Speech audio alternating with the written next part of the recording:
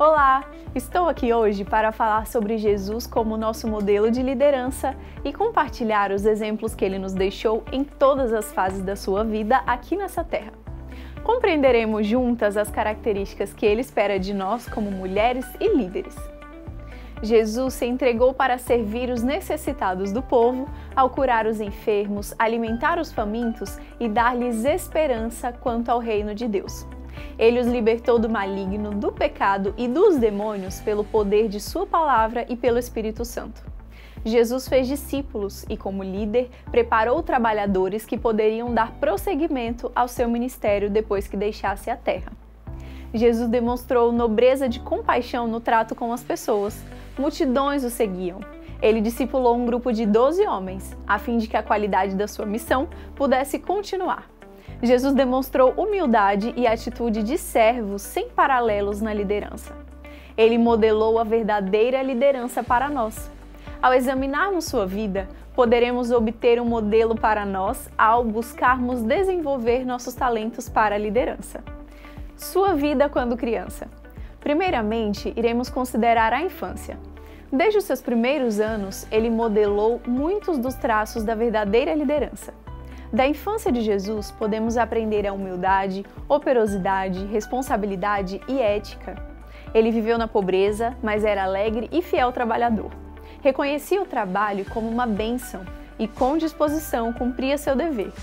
Era prático, disposto a começar de baixo, cuidadoso e paciente, aguardando pelo tempo de Deus. Quando pensamos nos líderes a quem admiramos, será que eles não incorporam esses traços? Ao seguirmos Jesus como nosso exemplo, podemos nos tornar as líderes a quem Deus pode abençoar.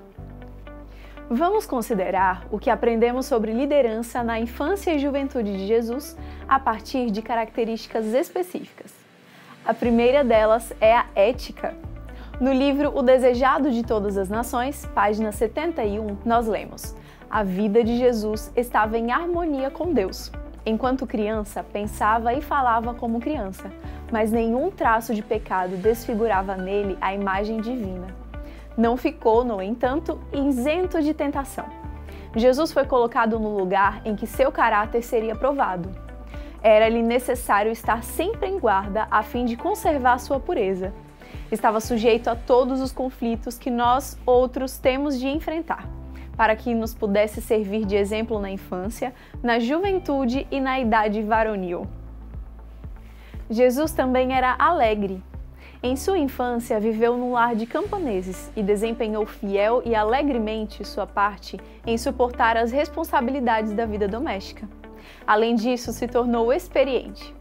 Era agora um voluntário servo, um filho amorável e obediente. Aprendeu um ofício e trabalhava com as próprias mãos na oficina de carpintaria de José. Jesus também era completo. Pelo exemplo, ensinou que nos cumpre ser industriosos, que o nosso trabalho deve ser executado com exatidão e esmero, tornando-se assim honroso.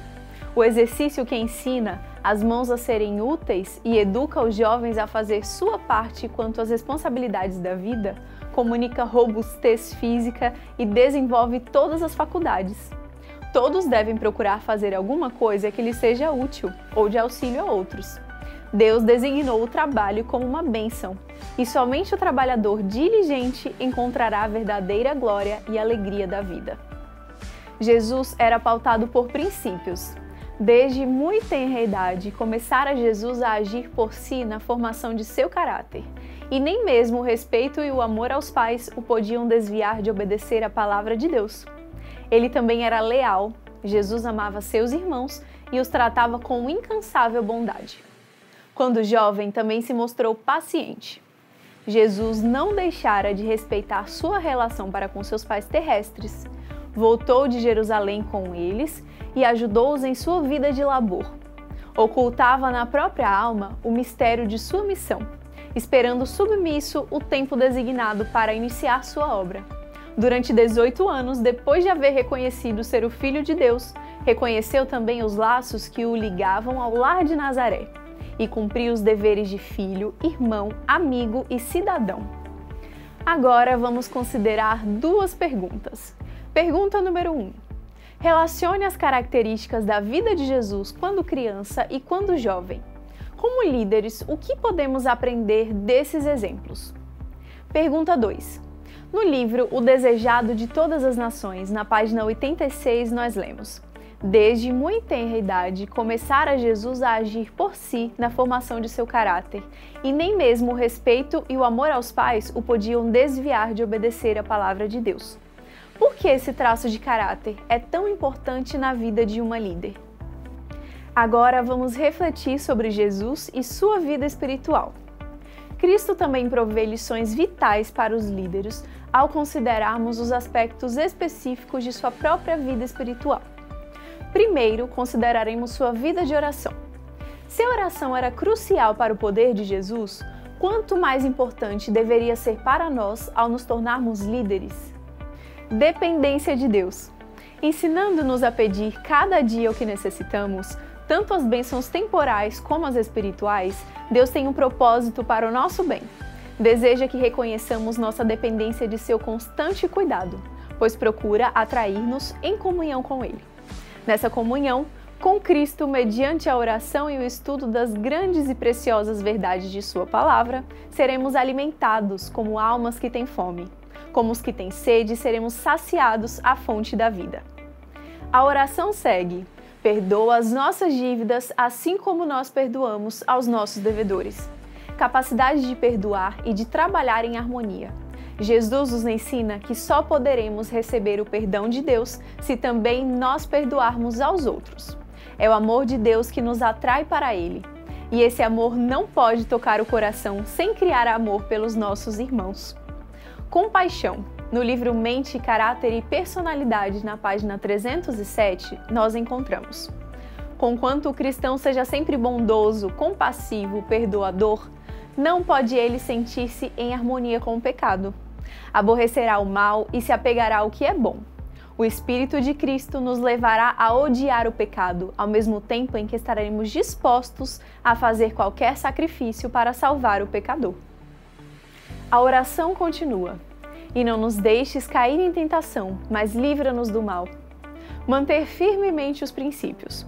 O livro Testemunhos Seletos, na página 105 e 106, adverte: Satanás trabalha constantemente, mas poucos fazem ideia de sua atividade e sutileza. O povo de Deus deve estar preparado para resistir ao perverso inimigo. É essa resistência que apavora Satanás. É unicamente por meio de Cristo que o poder de Satanás é limitado.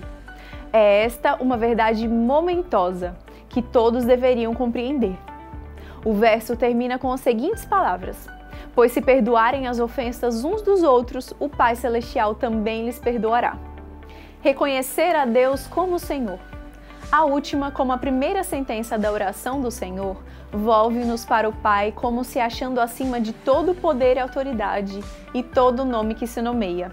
O poder e a glória pertencem àquele cujos grandes desígnios avançam ainda, não entravados, rumo à consumação. Na oração que exprime suas necessidades diárias, os discípulos de Cristo foram guiados a olhar acima de todo poder e domínio do mal, ao Senhor seu Deus, cujo reino domina sobre todos, e qual é seu Pai, seu amigo eternamente. Jesus também nos deixou seu exemplo de orar constantemente. Marcos 1,35 apresenta: de madrugada, quando ainda estava escuro, Jesus levantou-se, saiu de casa e foi para um lugar deserto, onde ficou orando. Com isso, aprendemos que devemos confiar em Deus. Como a vida de Jesus foi de contínua confiança, sustida por contínua comunhão, em seu serviço para o céu, ele não falhou e nem vacilou. Diariamente assediado pela tentação, tendo a constante oposição dos guias do povo, Cristo sabia que devia fortalecer sua humanidade mediante a oração. Para que fosse uma bênção aos homens, precisava comungar com Deus, dele obtendo energia, perseverança e firmeza. A vida de um verdadeiro cristão é de oração constante. É unicamente mediante a resistência e a graça obtidas do céu que podemos esperar fazer frente às tentações e cumprir os deveres que se acham diante de nós. Precisamos desenvolver total dependência de Deus. Ellen White, no livro O Maior Discurso de Cristo, na página 19, explica que, Como precisamos de alimento para sustentar nossas forças físicas, assim necessitamos de Cristo, o pão do céu, para manter nossa vida espiritual e comunicar forças para efetuar as obras de Deus. Como o corpo está continuamente recebendo a nutrição que sustém a vida e o vigor, assim a alma deve estar constantemente comungando com Cristo, a Ele submissa e confiando inteiramente nele. A vida de Jesus, porém, foi de constante confiança, mantida por uma comunhão contínua. Agora partiremos para o exemplo de Jesus sobre oração e intercessão. Devemos orar pelos companheiros de trabalho. João 17, de 9 a 11 e 20, nos apresenta: É por eles que eu rogo, guarda-os em teu nome, para que eles sejam um, assim como nós. Não rogo também por estes, mas também por aqueles que vierem a crer em mim, por intermédio da sua palavra. Devemos orar pelo fraco. Não nos iremos humilhar diante de Deus em favor daquele cuja vida espiritual aparentemente é fraca? Não iremos definir horários para orarmos por eles? Não iremos orar a cada dia por aqueles que parecem estar mortos nas transgressões e pecados? Ao rogarmos a Deus que quebre os corações petrificados, nosso coração se tornará mais sensível. Prontamente veremos nosso próprio pecado. Jesus deixou sua admoestação de orar em seu nome com alguns objetivos. Glorificar a Deus. E eu farei o que vocês pedirem em meu nome, para que o Pai seja glorificado no Filho. O que vocês pedirem em meu nome, o farei. Está em João 14, 13 e 14. Refletir a Cristo quer dizer que havemos de aceitar-lhe o caráter, manifestar-lhe o Espírito e fazer suas obras. Isso está no Desejado de Todas as Nações, na página 668. Quando você faz de Deus a sua confiança e quando a Ele clama de todo o coração, você irá encontrá-lo. Jesus deixou como exemplo o seu estudo das Escrituras. Lucas 2,40 conta que o menino crescia e se fortalecia, enchendo-se de sabedoria, e a graça de Deus estava sobre ele. O que o tornou firmado na palavra de Deus? O menino não se instruía nas escolas das sinagogas. Sua mãe foi seu primeiro mestre humano. Dos lábios dela e dos rolos dos profetas, aprendeu as coisas celestiais. As próprias palavras por ele ditas a Moisés para Israel. Eram-lhes agora ensinadas nos joelhos de sua mãe. Uma vez que ele obteve conhecimento, como podemos fazer, sua familiarização com as Escrituras mostra quão diligentemente os primeiros anos de sua vida foram consagrados ao estudo da Palavra de Deus. E perante ele estendia-se a grande biblioteca das obras criadas por Deus. Vamos considerar mais duas perguntas sobre o que aprendemos até aqui. Primeiro, por que Jesus deu tal ênfase à oração e como podemos aplicar esses princípios em nossa vida? Segundo, quais são algumas situações específicas nas quais a oração pode ajudar o líder? Jesus admoestou-nos a examinar as Escrituras. Em Mateus 22, verso 29, nós lemos: Respondeu-lhe Jesus: Errais não conhecendo as Escrituras e nem o poder de Deus. Examinai as Escrituras, porque julgais ter nelas a vida eterna, e são elas mesmas que testificam de mim. No livro Fé e Obras, na página 56, Ellen White comenta: Vemos, portanto, que os que pretendem ser guiados por Deus, mas se afastam dele e de sua lei, não examinam as Escrituras, e não precisaremos indagar se outros têm a verdade, pois isso será visto em seu caráter. E se os vossos pés não estiverem firmemente estabelecidos na verdade de Deus, sereis então desviados de vosso fundamento. A única segurança para vós está em buscar a verdade como a tesouros escondidos. Precisamos examinar as Escrituras por nós mesmos, para que não sejamos desencaminhados. E embora muitos sejam desencaminhados, porque no nosso mundo há doutrinas de todo tipo, existe uma só verdade. Os que cavam abaixo da superfície descobrem as escondidas gemas da verdade. Todo sincero pesquisador da palavra ergue o coração a Deus, implorando-o pelo auxílio do Espírito. O livro Parábolas de Jesus nos apresenta que Cristo ensinava que a palavra de Deus deve ser compreendida por todos. Apontava as Escrituras como de autoridade inquestionável, e devemos fazer o mesmo. A Bíblia deve ser apresentada como a palavra do Deus infinito, como o termo de toda a polêmica e o fundamento de toda a fé. Não só o próprio estudante será beneficiado pelo estudo da Palavra de Deus. Seu estudo é vida e salvação para todos com quem ele se associa. Sentirá ele uma sagrada responsabilidade de comunicar o conhecimento que recebe. Sua vida revelará o auxílio e a força que ele recebe da comunhão com a palavra. A santificação do Espírito será vista nos pensamentos, nas palavras e nos atos.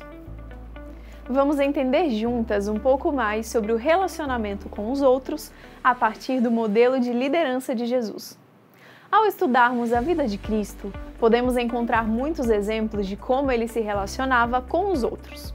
Como líderes, ao considerarmos esses eventos, aprenderemos muito a respeito de como devemos tratar os outros. O tempo dedicado ao estudo do nosso maior exemplo nos irá ajudar a eliminarmos os traços da impaciência, da rudeza, da crítica e da deslealdade.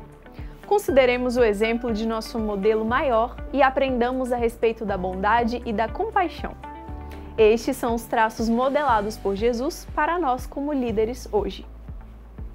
Fazendo um breve resumo de como foi a vida de Jesus, compreenderemos: os que trabalham para Cristo devem ser puros, íntegros e dignos de confiança, sendo também bondosos, compassivos e corteses. Palavras bondosas, aspecto agradável e boas maneiras são de inestimável valor. Cristãos descorteses, por sua desconsideração aos outros, demonstram não estarem em união com Cristo. É impossível estar em união com Cristo e ser descortês. Todo cristão deve ser o que Cristo foi em sua vida na terra. Ele é o nosso exemplo, não somente em sua ilibada pureza, mas também em sua paciência, delicadeza e disposição cativante. Ele era firme como uma rocha no que dizia respeito à verdade e ao dever, sendo, porém, invariavelmente bondoso e cortês. Proferia uma palavra de simpatia aqui e outra palavra ali, ao ver homens fatigados e compelidos a levar pesados fardos. Partilhava de suas cargas e repetia-lhes as lições que aprendera da natureza, a respeito do amor e da bondade e da benevolência de Deus. O livro O Desejado de Todas as Nações, na página 89, traz as seguintes afirmações. Jesus não contendia por seus direitos. Muitas vezes, por ser voluntário e não se queixar, seu trabalho era tornado desnecessariamente penoso. No entanto, não fracassava e nem ficava desanimado. Vivia acima dessas dificuldades como a luz da face de Deus.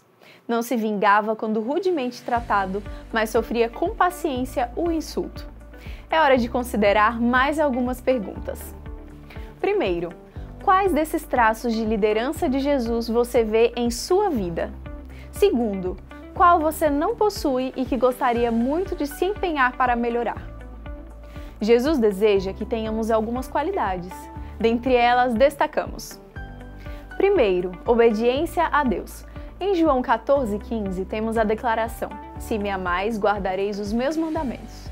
Cristo não somente deu claros preceitos que mostram como podemos tornar-nos filhos obedientes, mas mostrou-nos em sua própria vida e caráter como fazer o que é correto e agradável a Deus, de modo que não houvesse desculpa para não fazermos aquilo que é agradável à sua vista. Segundo, amor.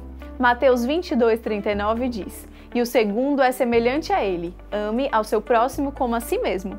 A lei de Deus requer que o homem ame a Deus sobre todas as coisas e ao seu próximo como a si mesmo. Quando, pela graça do nosso Senhor Jesus Cristo, isso é perfeitamente realizado, estamos completos em Cristo. Terceiro, pureza. Mateus 5,8 diz: bem-aventurados os puros de coração, pois eles verão a Deus.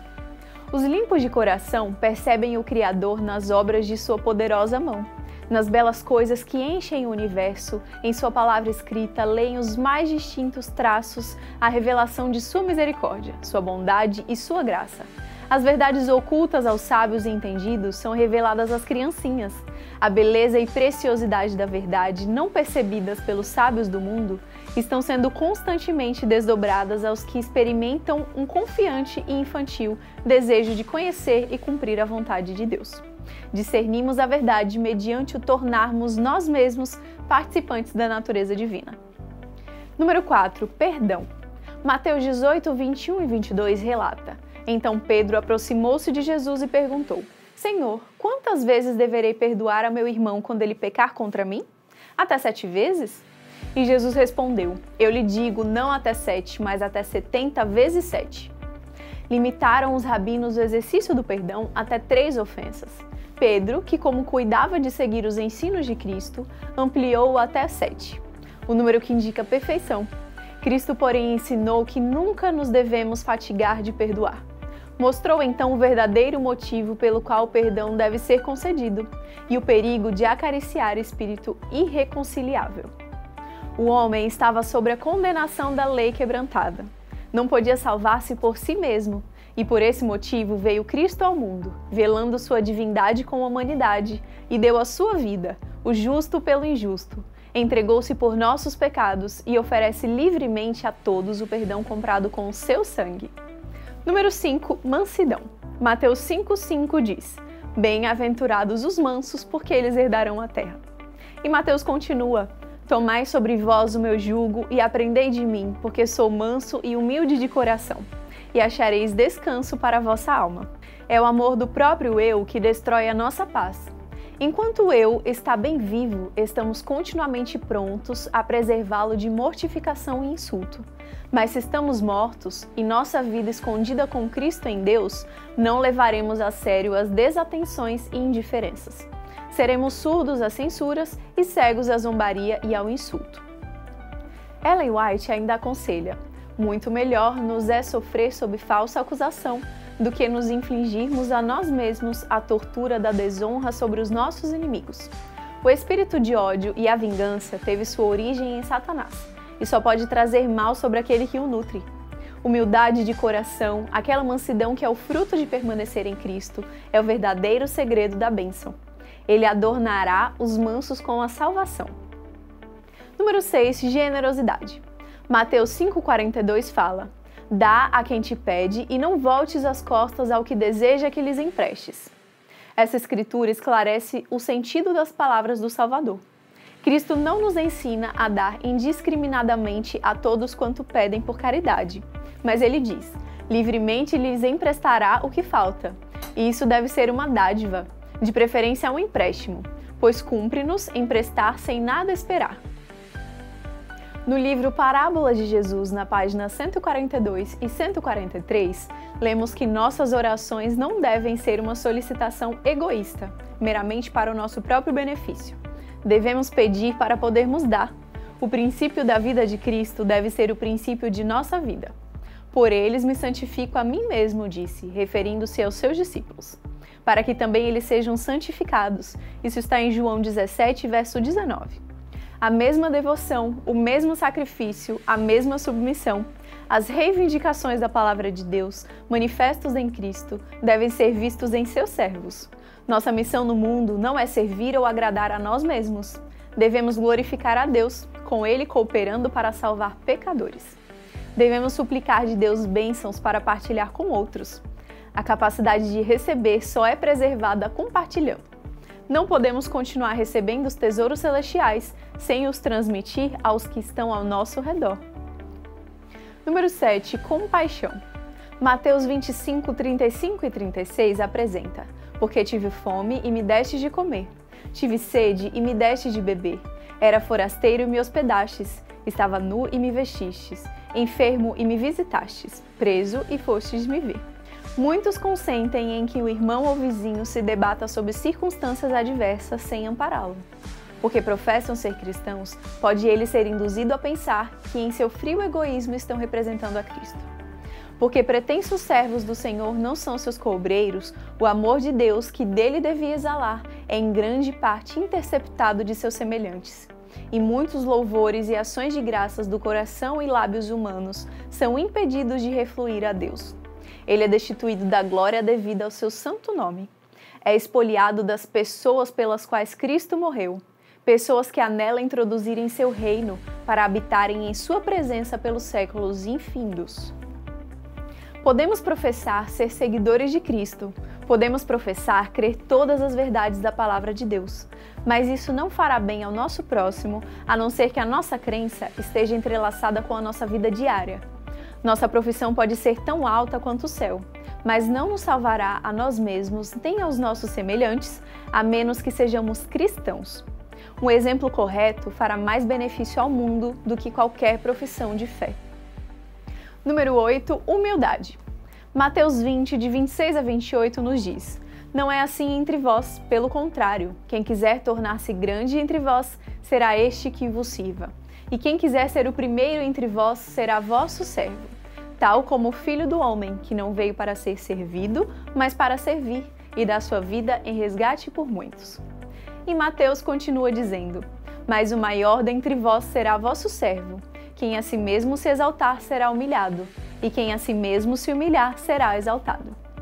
Existe no homem a disposição de se estimar em mais alta conta do que a seu irmão, de trabalhar para si mesmo, de procurar o mais alto lugar, e muitas vezes isso dá em resultados ruins, suspeitas e amargura de espírito. A ordenança que precede a ceia do Senhor deve remover esses desentendimentos, tirar o homem do seu egoísmo, fazê-lo baixar dos seus tacões de exaltação própria a humildade de coração que o levará a servir o seu irmão. Número 9. Misericórdia. Mateus 5,7 declara: Bem-aventurados os misericordiosos, porque alcançarão misericórdia. E Ellen White complementa: Os misericordiosos são participantes da natureza divina, e neles encontra expresso o compassivo amor de Deus. Todo aquele cujo coração está em harmonia com o coração do infinito amor buscará reaver e não condenar. A presença permanente de Cristo na alma é uma fonte que jamais secará. Onde ele habita, haverá uma torrente de beneficência. Número 10. Fidelidade nas questões financeiras. Mateus 22, 21 explica: Dai, pois, a César o que é de César, e a Deus o que é de Deus.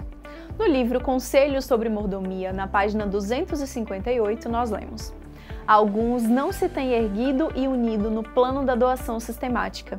Desculpando-se de não estarem livres de dívidas, alegam que primeiro a ninguém devem ficar devendo coisa alguma. Mas o fato de terem dívidas não os excusa. Vi que devem dar a César o que é de César e a Deus o que é de Deus. Alguns são conscienciosos quanto a não dever coisa alguma a ninguém e pensam que Deus nada pode exigir deles quando todas as suas dívidas não estiverem pagas. Aí é que eles se enganam. Deixam de dar a Deus o que lhe pertence. Devem todos levar ao Senhor uma oferta agradável. Os que têm dívidas devem retirar a quantia que devem do que possuem e dar uma parte proporcional do restante. Número 11. Pacificador. Mateus 5,9 descreve: Bem-aventurados os pacificadores, porque serão chamados filhos de Deus. Os seguidores de Cristo são enviados ao mundo com a mensagem de paz. Quem quer que seja que, pela serena, inconsciente influência de uma vida santa, revelar o amor de Cristo, quem quer que por palavras ou ações levar outro a abandonar o pecado e entregar o coração a Deus é um pacificador. Ellen White ainda acrescenta: o verdadeiro cristão, em seu relacionamento com os outros, conterá as palavras que tendam a provocar ira e discussões desnecessárias. Todo o céu está em paz e aqueles que estão intimamente associados a Cristo estarão em harmonia com o céu. A partir dessa análise de características, podemos considerar algumas perguntas. Primeiro, em qual das 3 áreas da sua vida você vê esses traços? Segundo, como você pode aplicar 3 desses princípios para fortalecer o seu estilo de liderança? Jesus, nosso exemplo máximo, proveu o modelo de liderança que é tão aplicável a nossos dias quanto nos seus dias. Ele nos mostra como nos tornarmos líderes cristãos que exibem traços de caráter que atraem os outros, que criam um melhor ambiente de trabalho, que fortalecem a organização ou departamento ou a comissão que lideramos. Por fim, lembre-se de olhar para Jesus. Nenhum homem é tão elevado em força e autoridade que Satanás deixe de assaltá-lo com tentações. Quanto maior a responsabilidade da função que alguém ocupe, mais violentos e determinados serão os ataques do inimigo. Que os servos de Deus, em cada lugar, estudem a sua palavra, olhando constantemente para Jesus, a fim de que possam ser transformados à sua imagem. A plenitude inexaurível e toda a suficiência de Cristo estão sob o nosso comando se caminharmos diante de Deus em humildade e contrição. Lembre-se de seguir o seu líder. Ellen White declara: sou instruída a dizer, segui o vosso líder. Ele é o caminho, a verdade e a vida. Considere agora as últimas perguntas. Você está pronta a seguir o líder? preparada para tornar-se uma líder forte para Ele? Como a mulher cristã moderna provê liderança usando o exemplo de Cristo? Qual o segredo a fim de ter a liderança de Jesus como nosso modelo? Que humildemente busquemos desenvolver nossas habilidades de liderança. Estudemos para nos tornarmos tudo o que podemos ser em sua força. Coloquemos de lado os interesses egoístas para que nos tornemos verdadeiras líderes servas, seguindo nosso modelo, Jesus. Até a próxima!